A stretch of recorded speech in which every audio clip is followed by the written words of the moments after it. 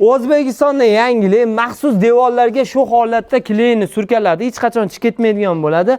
Bemalol shu holatda yopishtirsalang bo'ladi. To'g'ri yopishtirdimmi? O'zlaring bir kommentariyada qoldirasa, bu xonadonimizga gibki kamenda chiroyli holatda ustalarimiz xizmatlar qilib berilgan. Narxlar keladigan bo'lsa, 60 ming so'mdan gibki kamenda o'zining chiroyli holatda kleylari bilan hamma tomonlama laklarni chiqarib beriladi. Yo'q, menga tayyor shu holatda yopishtirib bersin deganlarga 90 ming so'mdan chiroyli holatda garantiyasi bilan yopishtirib beriladi. Etek tushib ketmaydi va boshqa bo'lmaydi. Bu fasonimiz ham noodatiy bo'lgan, tashqarilarga ham ustalarimiz o'z xizmatlarini qilib berilgan. Eng asosiysi ham arzon ham sifatli bo'ladi. Xo'p, buni qana afzallik bor deganlarga qaranglar, mo'yishi bo'ladi.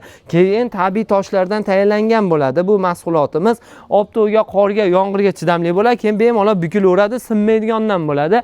Devor tanlamaydi, chiroyli holatda tayyorlab berilsa, ustalarimiz shu holatda yopishtirib beriladi. Pastda nomerlar bor, telefon qilib Ravshan Beyni oldimdan sanay qilib beriladi.